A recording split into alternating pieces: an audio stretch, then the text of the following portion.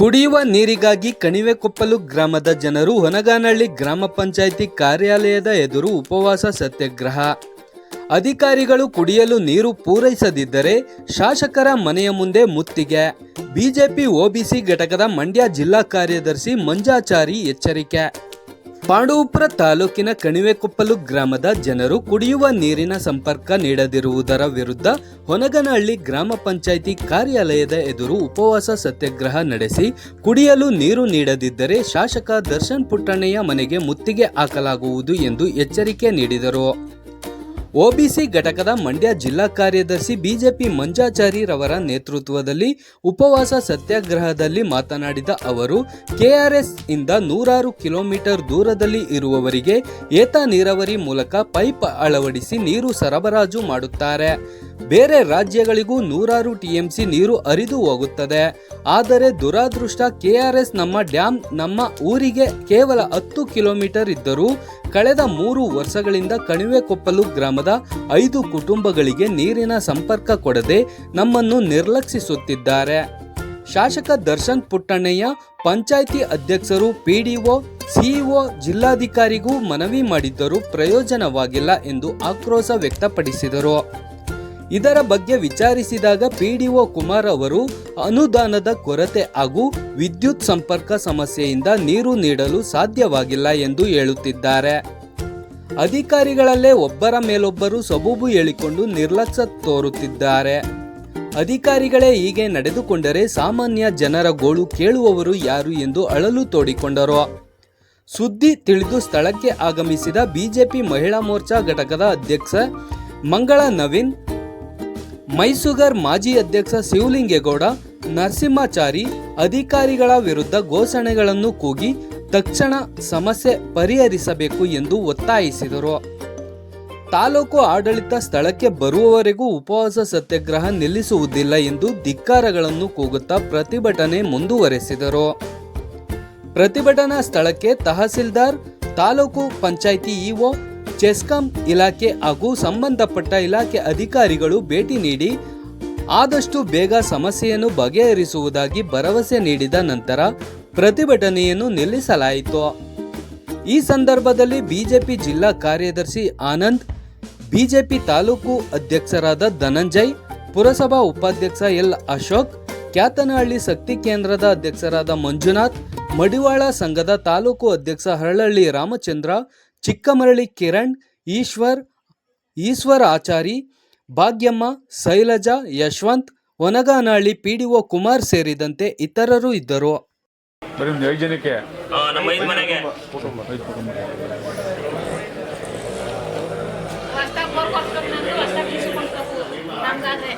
ಎರಡು ವರ್ಷ ಜನಕ್ಕೆ ಸಂಖ್ಯೆಗೆ ಆಲ್ರೆಡಿ ನೀರು ಕೊಡ್ತಾವ್ರೆ. ಕೆಆರ್ಎಸ್ ಇಂದ ನೀರು, ಕೆಆರ್ಎಸ್ ಡ್ಯಾಮು 10 ಕಿಲೋಮೀಟರ್ ಇದೆ. ನಮ್ಗೆ ನೀರಿಲ್ಲ ಅಂದ್ರೆ ನಾವೇನ್ ಮಾಡೋದು? ರೆಸ್ಪಾನ್ಸ್ ಇಲ್ಲ, ಬಂದ್ರೆ ಆನ್ಸರ್ ಕೊಡ್ತಾರೆ.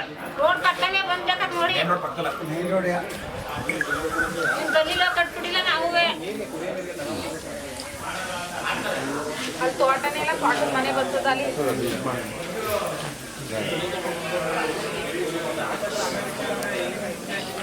ಏನ್ ಹೇಳಿದ್ರು ಅಧಿಕಾರಿಗಳು? ವಿಡಿಯೋ ಹೇಳ್ತಾರೆ ಸಹ 2 ಕಿಲೋಮೀಟರ್ ಇದೆ, ತೋಟದ ಮನೆ ಇದೆ, ನಮ್ಗೆ ಕೊಡಕ್ ಬರೀಕಿಲ್ಲ ಕಣಪ್ಪ ಅಂತ ಹೇಳ್ತಾರೆ. ಇಂಬರ ಕೊಟ್ಟವ್ರು ರೀಸನ್ ಹೇಳ್ತಾರೆ. ಮಾಡಿಸ್ತೀನಿ ಸುಮೀರಪ್ಪ, MLA ಹೇಳಿದ್ದೀನಿ, PWD ಹೇಳಿದ್ದೀನಿ. ಇದೇ ರೀಸನ್ ಸರ್, ಇನ್ನೇನು ರೀಸನ್ ಇಲ್ಲ. ವೋಟ್ ಬೇಕಾಗಿಲ್ಲ ಅಂತ ಅಥವಾ ಇವರು ನಿಮ್ಮ ಲೆಕ್ಕ ಗಣತಿ ಬರೋದಿಲ್ಲ, ಯಾವುದಿದೆ ಏನು ಬಂದಿಲ್ಲ ಸರ್. ಗಣತಿ ಎಲ್ಲ ಇದು ಮಾತ್ರ ಬರ್ತಾರೆ. ವೋಟ್ ಹಾಕ್ಸ್ಕೊತಾರೆ, ಭರವಸೆ ಕೊಡ್ತಾರೆ. ಏನು ಗೊತ್ತು ಅಂದ್ರೆ ಇನ್ನೇನು ಮಾಡ್ತಾರೆ ನೋಡಲ್ಲ.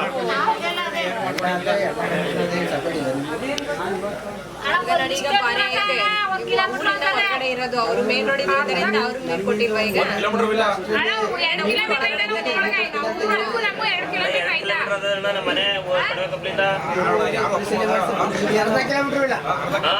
ರೀಸನ್ ಕೊಡ್ತಾರಲ್ಲ, ಹಂಗೆ ಇಂಬರ ಕೊಡ್ತಾರೆ.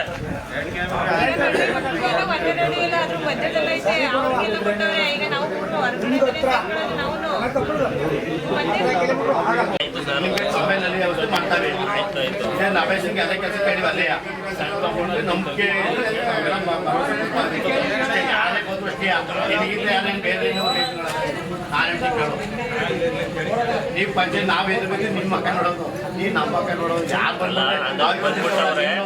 ಬಂದ್ಬಿಟ್ಟವ್ರೆ ಅಲ್ಲಿ ಬಂದ್ಬಿಡಿ ಅಂತ ಆದಾಗ ಬಂದ್ಬಿಟ್ಟವ್ರೆ. ಬಂದ್ಬಿಟ್ಟು ರಿಟರ್ನ್ ಹೋಗೋದು ಬೇಡ. 25 ಜನನೇ ಬಂದವ್ರೆ. ಆಲ್ರೆಡಿ 25 ಜನ ಬಂದವ್ರೆ. ಅವರು ಅದೇ ಪ್ಲೇಟ್ ಲೈನ್ಗೆ ಅದೇ ಅಣ್ಣ ನಿಮ್ಗೆ ಎಷ್ಟಿದೆ ಕೇಳಿದ್ದೀನಿ ಅಣ್ಣ ನಾನು. ಅಣ್ಣ ನನ್ಗೆ ಏನ್ ಗೊತ್ತಣ್ಣ, ಹೇಳೋದಷ್ಟೇ. ನೀನ್ ಯಾವ ದುಡ್ಡು ಹಾಕಿದಾರಣ್ಣ, ಹೇಳೋದಷ್ಟೇ. ಯಾವ ದುಡ್ಡು ಕೊಟ್ಟಿದ್ರು ಅದೇ ಅಲ್ಲಿ ಶ್ರೀನಿವಾಸ ಕೇಳಿದ್ರೆ ಯಾವ ದುಡ್ಡು ಇಲ್ಲ ಕಣಪ್ಪ ಅವ್ರು ಅಂತಾರೆ. ಇವಾಗ ಕೇಳಿದ್ರೆ ಇಲ್ಲ ಅಂತಾರೆ. ಕರೆಂಟ್ ಬರ್ಬೇಕು, ಅಲ್ಲೆಲ್ಲ ವ್ಯವಸ್ಥೆ ಮಾಡ್ಬೇಕು. 3 ವರ್ಷದಿಂದ ನೀವು ಆಗಿಲ್ಲ ಏನ್ ಮಾಡ್ತೀವಿ? ಕಟ್ಟ ಮುಂಚೆ ನೀರು ಕಟ್ಟಿದ್ರಿ.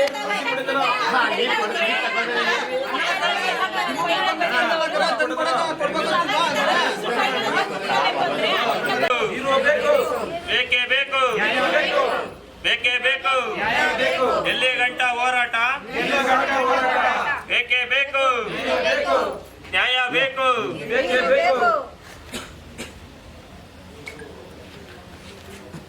ಬೇಕೇ ಬೇಕು, ಬೇಕೇ ಬೇಕು, ಎಲ್ಲಿ ಗಂಟ ಹೋರಾಟ, ಯಾತಕ್ಕಾಗಿ ಹೋರಾಟ, ಬೇಕೇ ಬೇಕು, ಬೇಕೇ ಬೇಕು, ಎಲ್ಲಿ ಗಂಟ ಹೋರಾಟ, ಯಾತಕ್ಕಾಗಿ ಹೋರಾಟ, ಯಾತಕ್ಕಾಗಿ ಹೋರಾಟ, ಬೇಕೇ ಬೇಕು, ಬೇಕೇ ಬೇಕು, ಬೇಕೇ ಬೇಕು, ಬೇಕೇ ಬೇಕು, ಎಲ್ಲಿ ಗಂಟ ಹೋರಾಟ, ಎಲ್ಲಿ ಗಂಟ ಹೋರಾಟ, ಎಲ್ಲಿ ಗಂಟ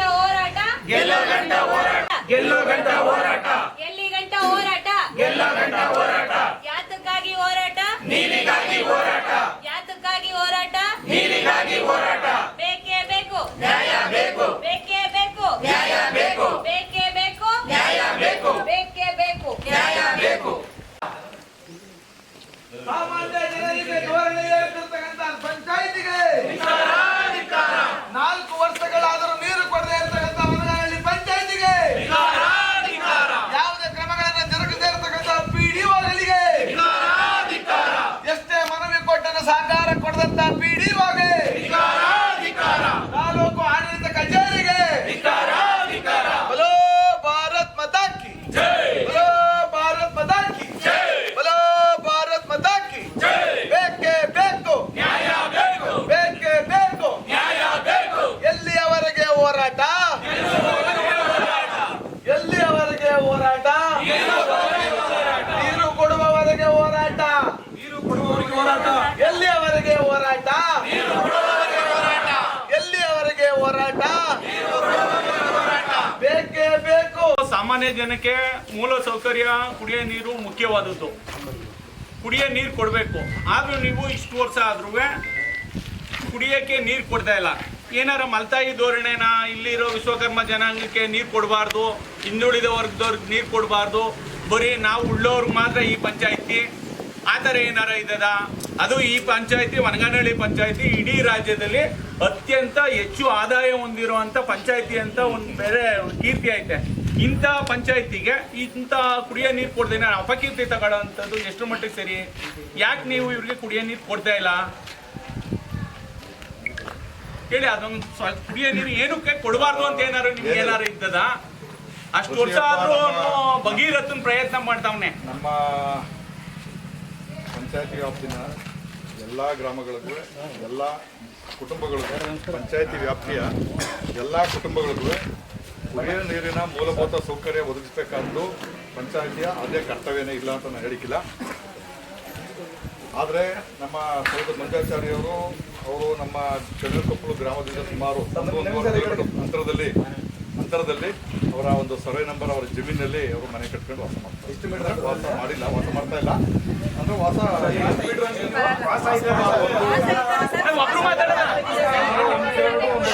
ಅಂದ್ರೆ ಒಬ್ರು ಮಾತಾಡ್ರಿ. ಸುಮಾರು 1 1 ಕಿಲೋಮೀಟರ್ ಒಂದೂವರೆ ಕಿಲೋಮೀಟರ್ ಇರ್ಬೋದು. ಅಲ್ಲಿ ವಾಸ ಬೆನ್ನಿದ್ರೆ ಬರ್ಕೊಳ್ಳೋದು. ನನಗೆ ಅವರು ಏನೇ ಹೇಳ್ತಾರೆ? ಮನೆಯನ್ನು ಕೂಡ ಕೊಟ್ಟವ್ರೆ ಮನೆ ಕೂಡ ಕೊಟ್ಟವ್ರೆ. ನಾನು ಆ ಮನವಿ ಕೊಟ್ಟ ತಕ್ಷಣ ನನ್ನ ಪಂಚಾಯತಿನ ಬಾಡಿನಲ್ಲೂ ಕೂಡ ನಾನು ಅರ್ಜಿಯನ್ನು ಇಟ್ಟಿದ್ದೀನಿ. ಮತ್ತು ಇದಕ್ಕೆ ನಾವು ಪಂಚಾಯತಿಯಿಂದಲೇ ಸುಮಾರು ಅವರು ಒಂದು ಎಸ್ಟಿಮೇಷನ್ ಮಾಡಿಕೊಟ್ಟರು. ಪೈಪ್ ಲೈನ್ಗೆ 10,70,000 ಎಸ್ಟಿಮೇಷನ್ ಮಾಡಿಕೊಟ್ಟರು ಇಂಜಿನಿಯರ್. ಮತ್ತು ಒಂದು ಆ ಊರಿಗೆ ಈಗ ಆಲ್ರೆಡಿ ಗ್ರಾಮದಲ್ಲಿರುವಂಥ ಜನಕ್ಕೇನೆ ಕುಡಿಯೋ ನೀರಿಗೇನೆ ಸೋರ್ಸ್ ಹೋದರೆ ನೀರಿನ ಇಳುವರಿ ಭಾಳ ಕಡಿಮೆ ಆಗಿತ್ತು. ಈಗ ಆಲ್ರೆಡಿ 2 ವಾಟರ್ ಮನ್ ಇಲ್ಲೇ ಅವರೇ ಮತ್ತು ಊರಿನವರು ಇಲ್ಲೇ ಅವರೇ, ಮೆಂಬರ್ಗಳು ಇಲ್ಲೇ ಅವರೇ. ಈಗ ಆಲ್ರೆಡಿ ನಾವೇ ಸಿಕ್ಕಾಪಟ್ಟೆ ಅವ್ರಿಗೆ ಒಂದು ಸ್ವಲ್ಪ ಊರಿಗೆ ಒಂದು ಸೋರ್ಸ್ ಬೇಕೇ ಬೇಕು, ಅಡಿಷನಲ್ ಸೋರ್ಸ್ ಬೇಕೇ ಬೇಕು. ಬೋರ್ ಕುಡಿ ಅಂತೆಲ್ಲ ನಾವು ಅದೆಲ್ಲ ಕೇಳ್ಕೊಂಡ್ರೆ ಅವರು ನಮಗೆ ಒಂದೊಂದು 2 ಕಡೆ ಕೊಡೋದು, 2 ಕಡೆ ಕೊಡೋದು, 2 ಕಡೆನೂ ಫೇಲ್ ಆಯಿತು. ಪುನಃ ಇತ್ತೀಚೆಗೆ ಒಂದು ಬೋರ್ ಕೊಟ್ಟಿದ್ದಾರೆ.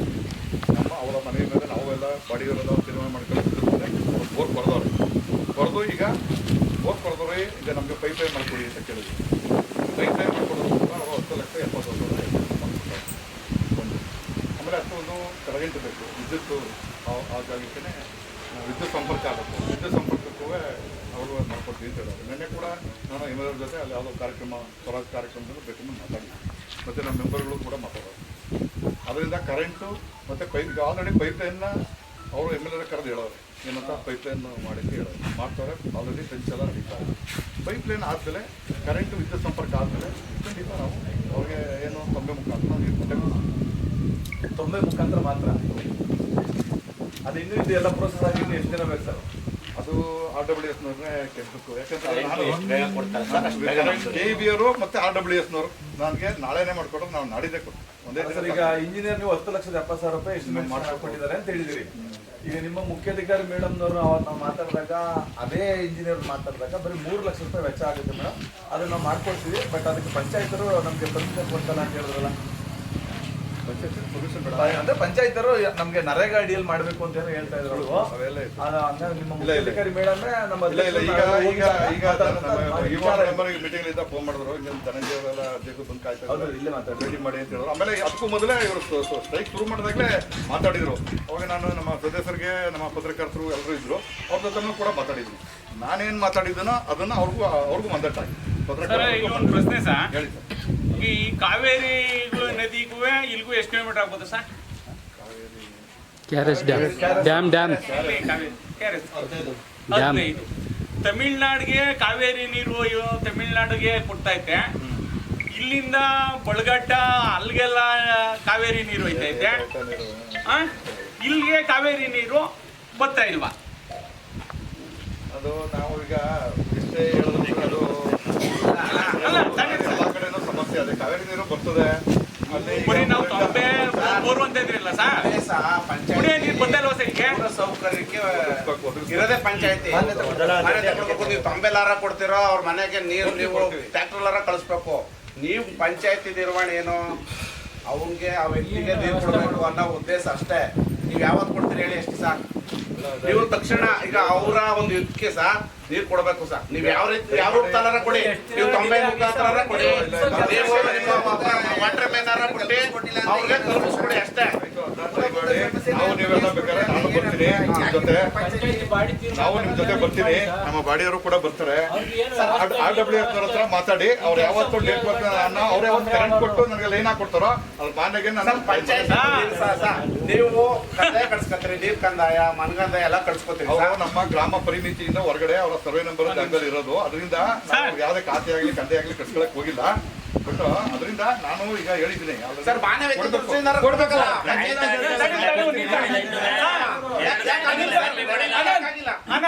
ಈಗ ಅವ್ರಿಗೆ ಅವರ ಗ್ರಾಂಟ್ ಕೊಟ್ಟಿರೋದು ಯಾರು ಸರ್? ಯಾವ ಪಂಚಾಯತಿ ಗ್ರಾಂಟ್ ಕೊಟ್ಟಿರೋದು ಸರ್? ನಾನು 24-25 ಕೊಟ್ಟಿದ್ದೀನಿ. ಗ್ರಾಂಟ್ ಕೊಟ್ಮೇಲೆ ಅವ್ರಿಗೆ ಮೂಲಭೂತ ಸೌಕರ್ಯ, ಕುಡಿಯೋ ನೀರು, ರಸ್ತೆ, ಚರಂಡಿ, ವಿದ್ಯುತ್ ದೀಪ, ನೀರು ಅವೆಲ್ಲ ಕೊಡ್ಬೇಕು. ಅವ್ ಯಾವ ಇಲ್ವಾ ಸರ್ ಅಲ್ಲಿ? ಯಾಕೆ ಕೊಟ್ಟ ಸರ್ ನೀವು ಗ್ರಾಂಟ್ ಕೊಟ್ಮೇಲೆ ಅಲ್ಲಿಗೆ? ಇಲ್ಲ ಅಂದ್ರೆ ಗ್ರಾಂಟ್ ಯಾಕೆ ಕೊಟ್ರಿ ಅಲ್ಲಿಗೆ? ಯಾಕೆ ಕೊಟ್ರಿ ಅಲ್ಲಿಗೆ ಗ್ರಾಂಟ್ ಅನ್ನ ನಾವು ಯಾಕೆ ಕೊಟ್ರಿ ಅನ್ನೋದಕ್ಕಿಂತ, ಒಬ್ಬ ಮನುಷ್ಯನಿಗೆ ಗ್ರಾಮದಲ್ಲಿ ವಾಸ ಮಾಡುವಂಥ ಮನುಷ್ಯನಿಗೆ ಮನೆಗೆ ತೊಂದರೆ ಇದೆ ಅಂದಾಗ ಸರ್ಕಾರ ಏನೋ ನಮಗೆ ಕೊಟ್ಟಿದ್ರೆ ಅವರ ಸರ್ವೆ ನಂಬರ್ ಜಮೀನಲ್ಲಿ ಇದ್ರೂ ಕೂಡ 1 ಕೋಟಿ 2 ಕೋಟಿಯನ್ನ ಕಟ್ಕೊಳ್ಳೋಕೆ ಅವಕಾಶ ಇದೆ. ಅದಕ್ಕೆ ಸರ್ಕಾರ ಅವಕಾಶ ಕೊಟ್ಟರೆ ಕಟ್ಕೊಳ್ಳೋರು. ಸರ್ಕಾರ ಮನೆ ಕಟ್ಟಕ್ಕೆ ಅವಕಾಶ ಕೊಟ್ಟಿತ್ತು, ಈ ಮೂಲಭೂತ ಸೌಕರ್ಯ ಕೊಡಬಾರ್ದು ಅಂತ ಏನಾರ ಹೇಳಾಯ್ತಾ?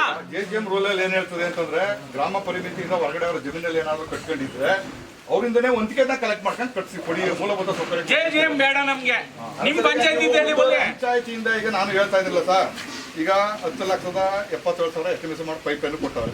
ಒಂದು 3 ಲಕ್ಷ ಎಲೆಕ್ಟ್ರಿಫಿಕೇಶನ್ ಆಗ್ಬೋದು, ಅಲ್ಲಿಗೆ ಒಂದು 13 ಲಕ್ಷ ಆಯ್ತು.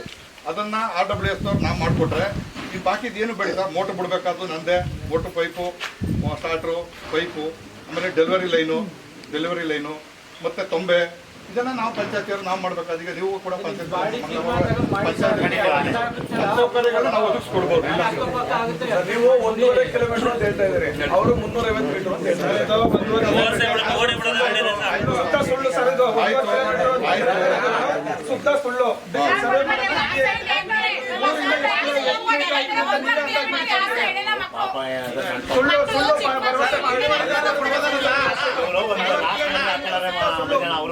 ಅಲ್ಲಿಂದ ಹತ್ತಲ್ಲ ನೀರು, ಅವ್ರಿಗೆ ಅಲ್ಲಿಂದನೇ ತರಬೇಕು ಇವ್ರಿಗೆ. ನೋಡಿ ಸರ್, ನಾನೆಲ್ಲ ಇದು ಎಸ್ಟಿಮೇಷನ್ ಮಾಡಿರೋದು ಕೊಡಬೋದಲ್ಲ. ನೀವು ಸಣ್ಣ ಪೈಪಲ್ಲಾರು ನೀವು 10 ಲಕ್ಷ ಆಗುತ್ತೆ. ಡೆಲಿವರಿದು ಕೊಡಬೋದಲ್ಲ, ಅಲ್ಲಿಂದ 300 ಮೀಟರ್ಗೆ ಗ್ರಾಮ ಪರಿಮಿತಿ ಒಳಗಡೆ ಇರುವಂತ ಗ್ರಾಮಸ್ಥರಿಗೆನೆ ಕುಡಿಯಕ್ಕೆ ನೀರಿಗೆ ಹಾಹಾಕಾರ ಆಗದೆ. ಅದಕ್ಕೇನೆ ನಾವು ಬೋರ್ನ ಪಡ್ಕೊಡಿ ಅಂತ ಕೇಳಾಗಿ ಒಂದೊಂದನೇ 3 ಕೊರದು 2 ಫೇಲ್ ಆಗಿ ಸದ್ಯಕ್ಕೆ 1 ಸಕ್ಸಸ್ ಆಗದೆ. ಊರೊಳಗಡೆ ನೀರು ಶಾರ್ಟೇಜು. ಅದರಿಂದ ನಾನಲ್ಲ ಈ ಮೀಟರ್ ಬಗ್ಗೆ ಹೇಳಿದ್ರಲ್ಲ, ಇದು RWS ನ AWL ಅವರು ಎಸ್ಟಿಮೇಷನ್ ಮಾಡಿಕೊಟ್ಟುವಂಥದ್ದು. ನಾನೇನು ಸುಳ್ಳು ಹೇಳ್ತಾ ಇಲ್ಲ ಸರ್. 2,000 ಒಂದು ಬೋರ್ನಿಂದ ಟ್ಯಾಂಕ್ ಹೋಗ್ಬೇಕು, ಟ್ಯಾಂಕ್ನಿಂದ ಪುನಃ ಬರ್ಬೇಕಲ್ವ ಸರ್ ಇವರು ಕೊಡಕ್ಕೆ. 1.5 ಕಿಲೋಮೀಟರ್ ಅದರಿಂದ ಅವರೇ ಎಸ್ಟಿಮೇಷನ್ ಮಾಡಿದ್ರೆ ಇಷ್ಟು ಮೀಟರ್ ಅಂತ ಅವರೇ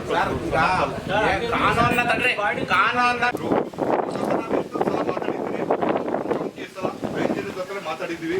ಅದು ಅವರು ಈಗ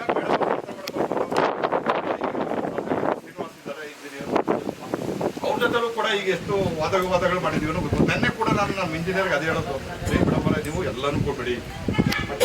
ಇವಾಗ ಕೊನೆಗೆ ನಾನು ಹಿಂಗಂದೆ, ಅವ್ರು ಯಾವ ಇದರಲ್ಲಿ ಹೇಳೋದು ಅಂದ್ರೆ, ಹೇಳಿ ಸರ್, ಎಲ್ಲ ಗ್ರಾಮದಲ್ಲಿ ಗೊತ್ತಾನೆ. ಈಗ ಗ್ರಾಂಟ್ ಕೊಡೋದೇ ತಪ್ಪು ನಮ್ಮ ಗ್ರಾಂಟ್ ಕೊಡೋದೇ ತಪ್ಪೇನು ಗ್ರಾಂಟ್ ಕೊಡೋದೇ ತಪ್ಪು ಅನಿಸ್ತದೆ. ಯಾಕೆ ಗೊತ್ತಾ, 2 ಕಿಲೋಮೀಟರ್ ಹೊಲ ತಪ್ಪು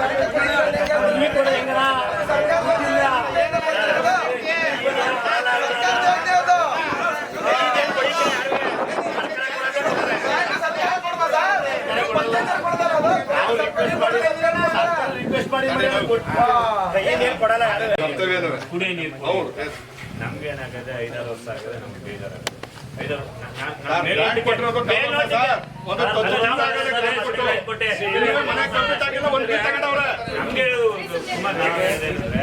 ನಮ್ಗೆ ನಾವು ಮೇಲ್ನೋಟಕ್ಕೆ ಏನ್ ಅನಿಸ್ತಿದೆ ಬಿಡಿ ನವೀನ್, ನಮ್ಗೆ ಮೇಲ್ನೋಟಕ್ಕೆ ಏನ್ ಅನಿಸ್ತದೆ ಗೊತ್ತೇನ್ರಿ? ಮೇಲ್ನೋಟಕ್ಕೆ ನಮ್ಗೆ ಏನ್ ಅನಿಸ್ತದೆ ಅಂದ್ರೆ, ಎಲ್ಲೋ ನಮ್ಮ ಪಂಚಾಯತಿಯವರು ನಮ್ ಕೆಲಸ ಮಾಡ್ಕೊಡ್ಲಿವ, ನಮ್ಮ ಹುಡುಗಂಗೆ ಕುಡಿಯೋ ನೀರು ಕೊಡ್ಲಿವನ ಅಂತ ನಮ್ಗೆ ಅನ್ಸದೆ. ನಾವ್ ಹೇಳ್ತಿರೋದೇನಂದ್ರೆ, ಈಗ ಪ್ರೋಸೆಸ್ ಶುರು ಮಾಡಿದಿರಿ. ನೀವ್ ಹೇಳ್ದಂಗೆ ವ್ಯಾಪ್ತಿ ಪ್ರದೇಶದ ಹೊರಗಿದೆ ಅಂತ ಅನ್ಕೊಂಡಿದ್ರು, ವ್ಯಾಪ್ತಿಗೆ ಸೇರಿಸ್ಕೊಳ್ಳೇಬೇಕು. ಈಗ ಗ್ರಾಮ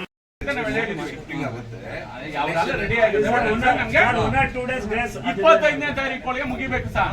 25 ಏನಾದ್ರು ಮುಗಿಲಿಲ್ಲ ಅಂದ್ರೆ ಇದು ಬರೀ ಉಪವಾಸ ಆಗೈತೆ. ಮುಂದೆ ಏನಾದ್ರು ಅನಾಹುತ ಆಗೋದಕ್ಕೆ ಗ್ರಾಮ ಪಂಚಾಯತಿ ತಾಲೂಕು ಆಡಳಿತ ಇದಕ್ಕೆ ಸ್ಪಷ್ಟ ಹೊಣೆ ಆಯ್ತದೆ. 25ನೇ ತಾರೀಕು 1 ಅಷ್ಟರಲ್ಲಿ ನಮ್ಗೆ ಕುಡಿಯೋ ನೀರಾಗಬೇಕು. ಇಷ್ಟು ಜನಕ್ಕೆ ಸಾಕ್ಷಿ ಇವತ್ತು ಉಪವಾಸ, ಇವರ ಒಪ್ಪಂದದ ಮೇರೆಗೆ ಇವತ್ತು ಉಪವಾಸನ ಕೊನೆಗೊಳಿಸ್ತಾ ಇದೀವಿ. 25ನೇ ತಾರೀಕಿನೊಳಗೆ ನೀವು ಮಾಡ್ಕೊಡ್ತೀನಿ ಅನ್ನೋ ವಿಶ್ವಾಸದ ಮೇಲೆ